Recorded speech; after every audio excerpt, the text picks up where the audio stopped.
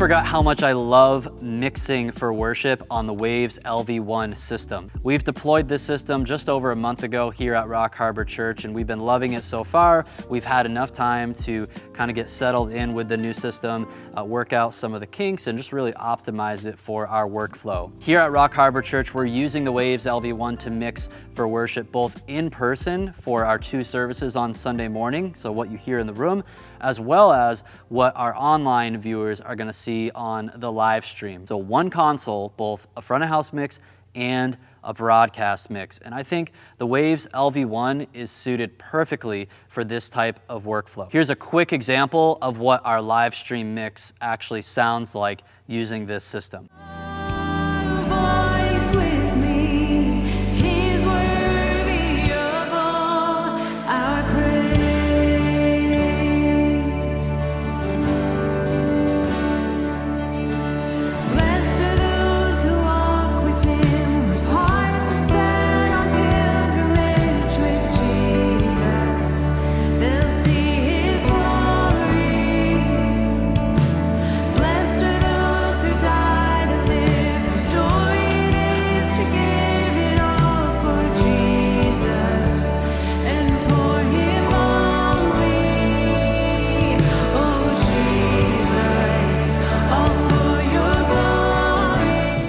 Back to the video in a moment, but first I want to tell you about an exciting opportunity. Peninsula Bible Church in Palo Alto, California is looking to hire a full-time production director. Peninsula Bible Church is a non-denominational church with 75 years of history located in the heart of Silicon Valley. They're a multi-generational, diverse community of people with a deep love for the Bible and a desire to help people find and follow Jesus. The production director is responsible for the oversight and operation of all audio, video, and lighting systems campus-wide. The production director is also responsible to recruit, train, and develop volunteers so that they can operate the technology in an excellent way. This position also gets to oversee some significant projects where they're upgrading AVL across the campus. They'll also serve as the liaison with the IT contractor who's going to help maintain network systems. And of course, this role will collaborate with the creative and worship teams at the church as you plan various events and services. This could be an incredible opportunity for someone within the Churchfront community. So to learn more and to apply today, click the link below this video. That's where you're going to be able to submit your cover letter and resume. And with that said, let's get back to the video. If you're new to the channel, my name's Jake Gosselin with Churchfront.com, and we are here to equip your worship and production ministry. So don't forget to subscribe and check out all the resources down below this video, including our free Churchfront toolkit. I think what makes the Waves LV1 system so unique and powerful is that you're getting the power of Waves processing and plugins built into your system here at front of house, built into this user interface that I've got a touch screen here. I've got my MIDI controller here. It's just super easy to navigate, and you can customize how you set everything up. Traditional mixing consoles, those are great as well. I'm a big fan of Allen and Heath consoles, for example. And there's definitely some benefits to going that route. I do find with those other types of mixing consoles, you've got more input-output options. You've got maybe better personal mixing solutions that are integrated into the ecosystems of those types of consoles.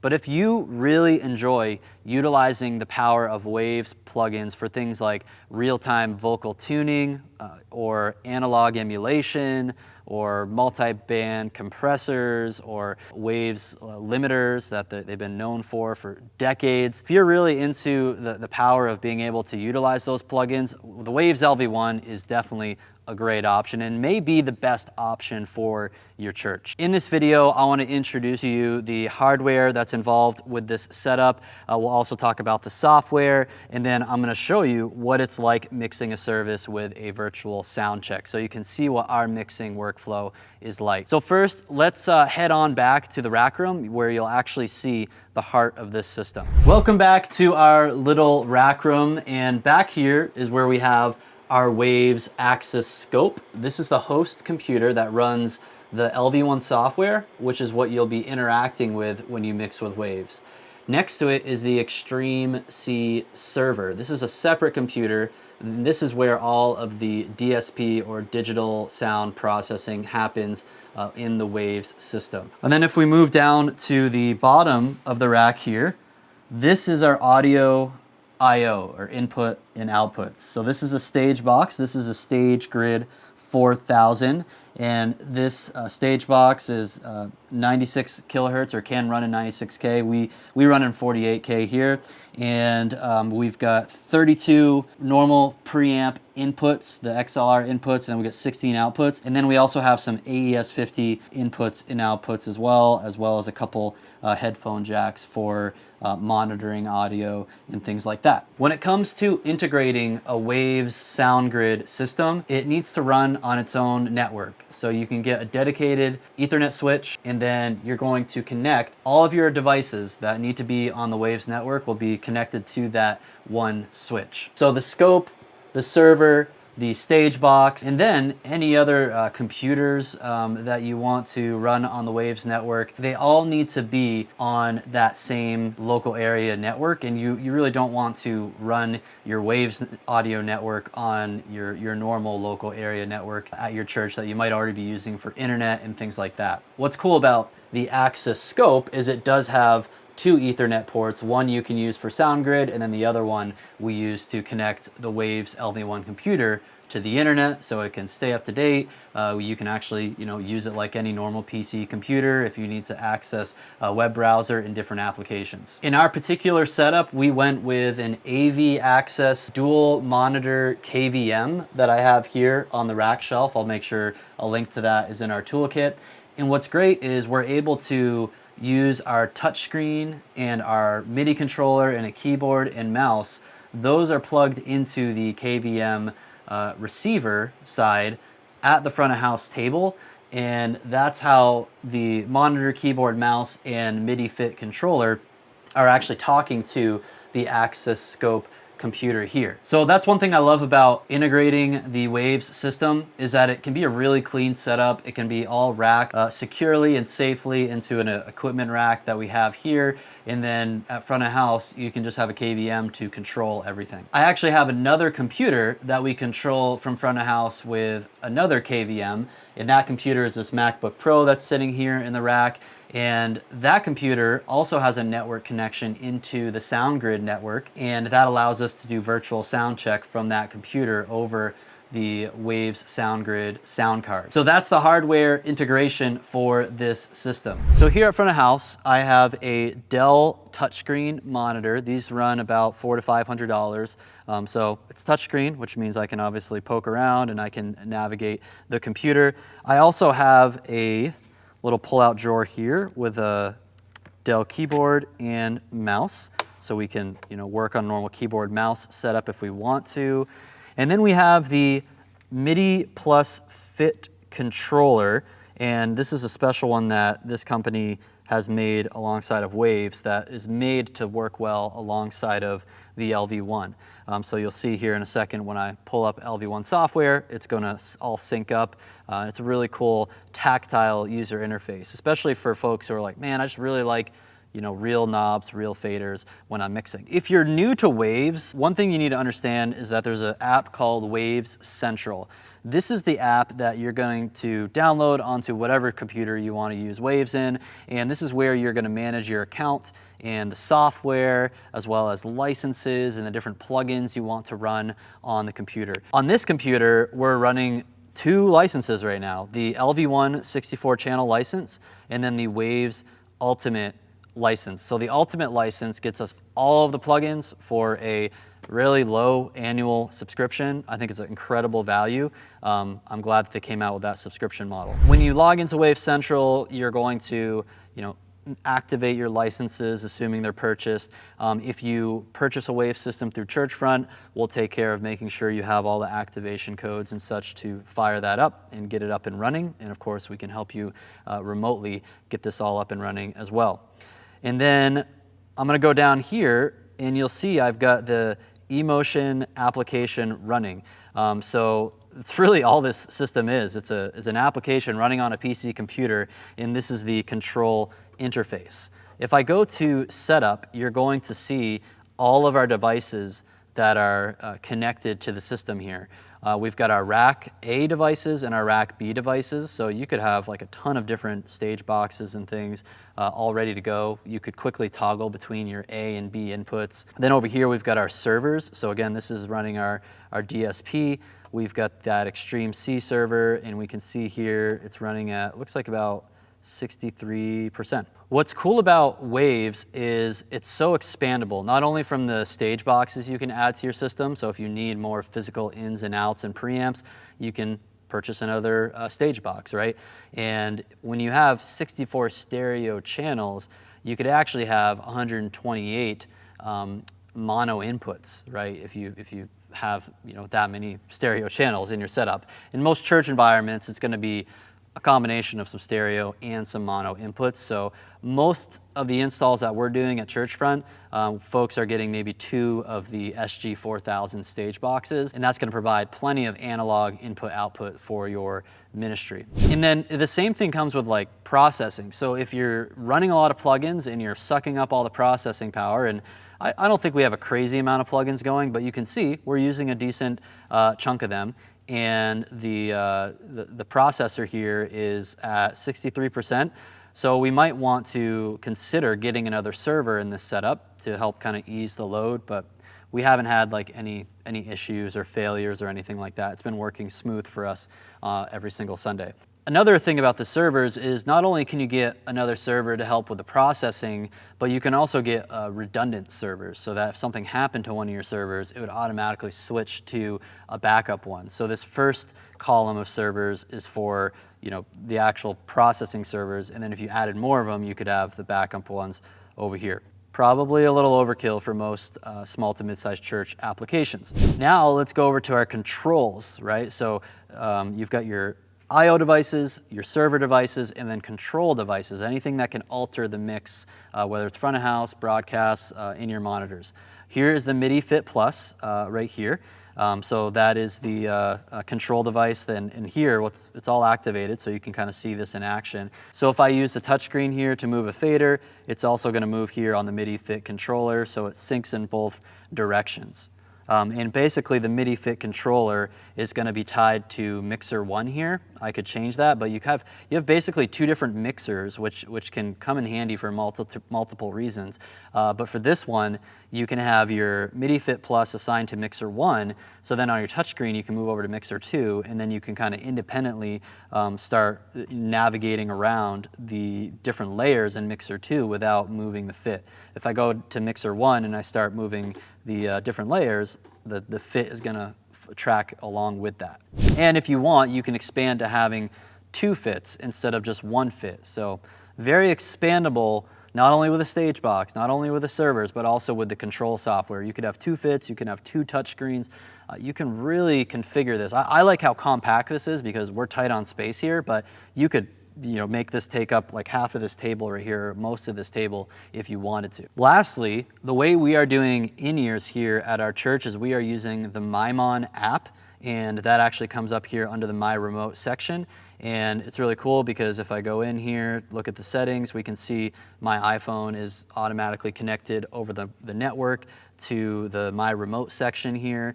I actually have a Mix Mirror app as well. The Mix Mirror app can actually run on a normal tablet like an iPad or a MacBook Pro that I have here, and it's kind of a nice streamlined way of, you're essentially like screen sharing into the LV1 software here.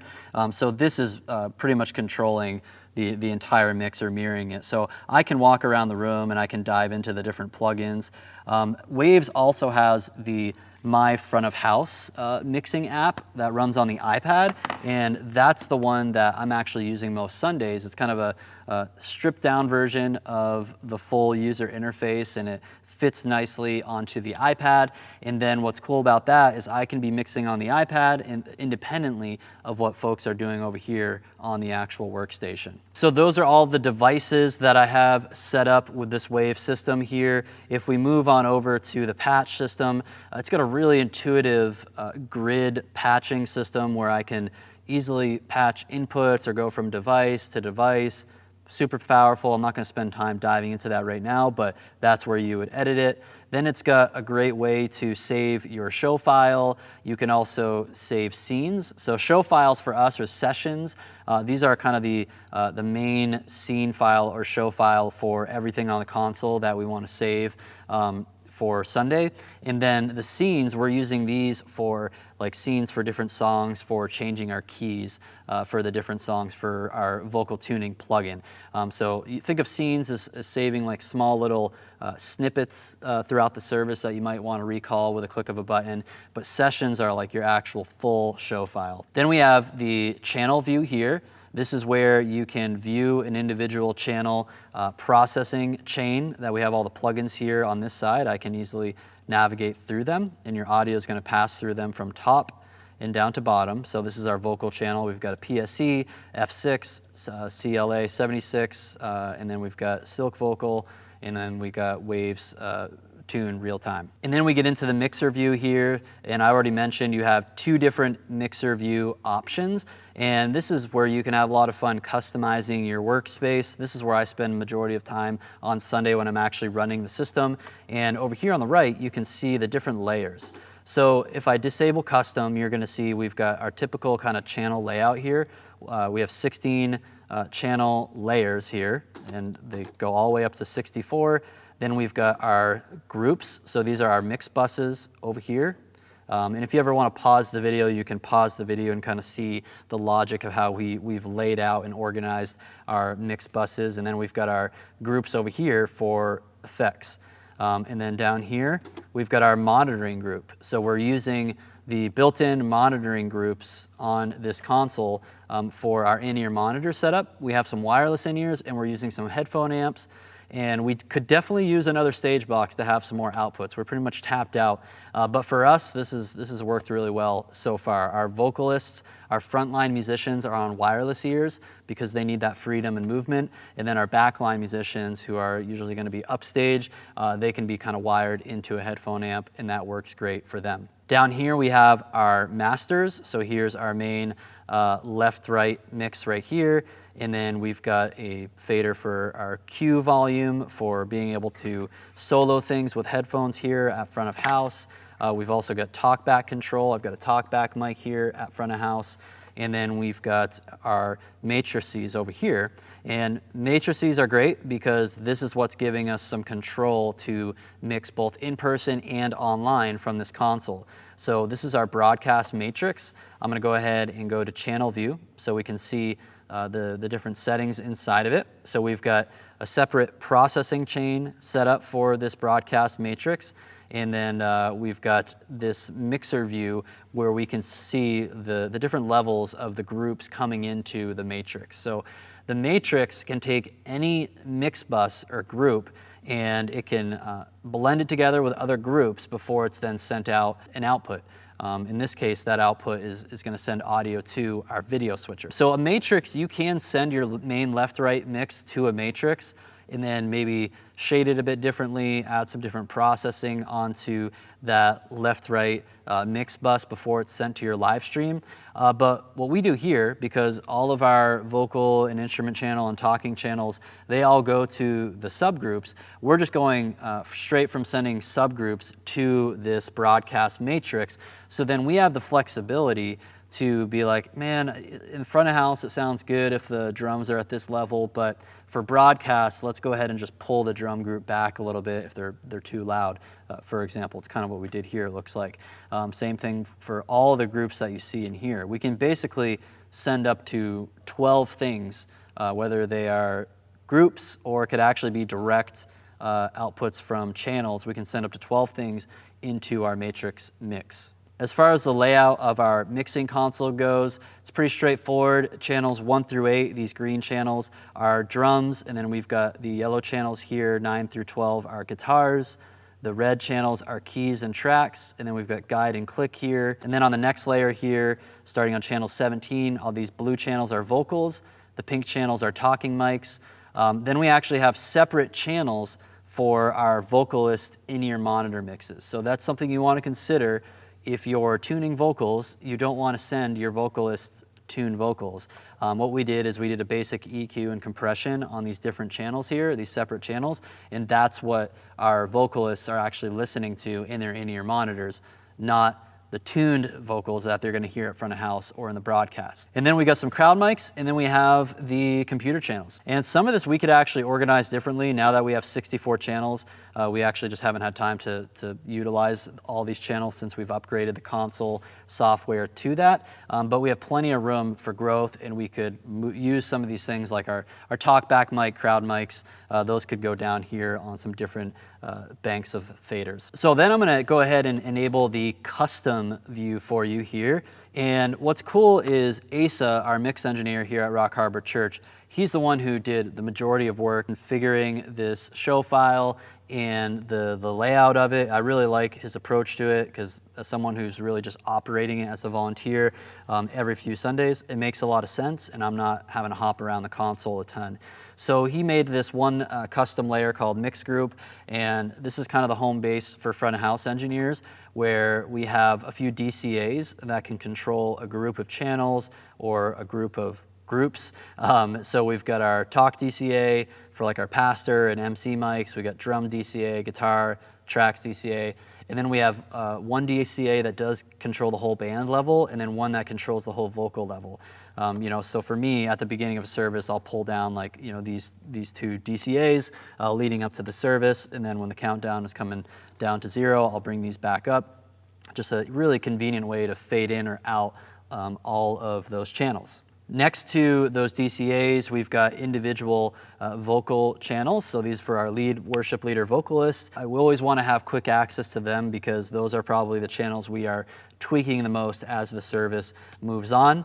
Then we have our vocal effects control fader right here. This controls overall reverb and delay effects. And then we have the individual vocal plate effect and tap delay effect levels right here. So when I'm mixing, I'm often, throwing in some delay here at key moments where I want to have that big delay effect. And then next to that, we got acoustic guitar and keys individually, because there are those moments where, if you're just vamping between songs or at the end of a sermon, those are some instruments that are key for those moments and having that control without navigating away from this main page. And then finally, we've got our computer graphics channel here, which has audio coming from ProPresenter, whether it's pre-service music or sermon video, audio, or anything like that. And then he made a few more custom layers, one that has just all the band channels in it, one that has just the drum set, one that has our vocals and talking mics, and then down here we've got effects, and then again we can go to our masters here as well. I myself do not want to walk you through all the minutia of how the show file is set up with the processing and plugins. I want Asa to do that because he's the one who set it up, and I think it'd be fun to have him on the channel to walk you through that. So be on the lookout for that video. But I do real quickly want to demo for you what this sounds like. So what you're going to hear is actually going to be our broadcast mix that I'm going to be capturing right now with a virtual sound check. Bless God in the sanctuary, bless God in the fields of plenty, bless God in the darkest valley. Every chance I get, I bless your name. Bless God when my hands are empty. Bless God with the praise that cost me. Bless God when nobody's watching. Every chance I get, I bless your name.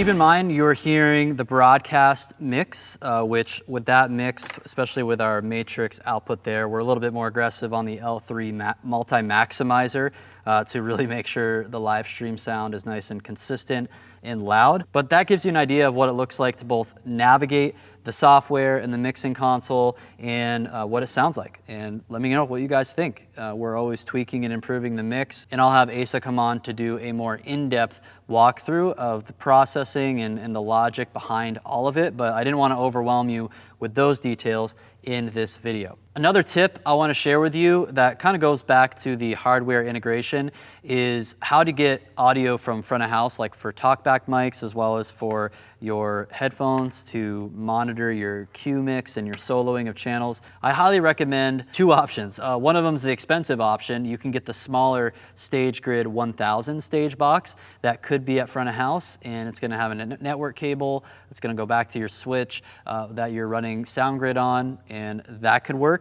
Or the poor man's option that I implemented here is we're using the Catapult by Radial, which basically does audio over Cat5. And I have 2 catapults and 2 Cat5 cables going, and that gives me 4 channels in both directions. So we have 4 ins and outs at front of house to be able to get this audio to and from the stage box. Well, that wraps up this video. I hope you found it helpful, especially if you're considering the Waves LV1 system at your church. Hopefully, if you're one of our clients and you're considering this system, I know it can be overwhelming choosing between all the great mixing consoles out there, whether it is Waves or Allen and Heath, all the amazing tools that we have available to us. But I do think this is a great system. It's kind of my personal favorite. It's the one we chose here at Rock Harbor Church, but it ultimately comes down to your own personal preferences. If you would like to work with our team and you want to get one of these systems up and running at your church, definitely consider joining our Accelerator program. Just click that link below. Of course, we can help you get all the gear, but we'll also be able to walk you through the process if you want us to come and install it in person at your church and do full turnkey install services, or we can also support you remotely through that process as well. Thanks so much for watching this video. I'll see you guys next time.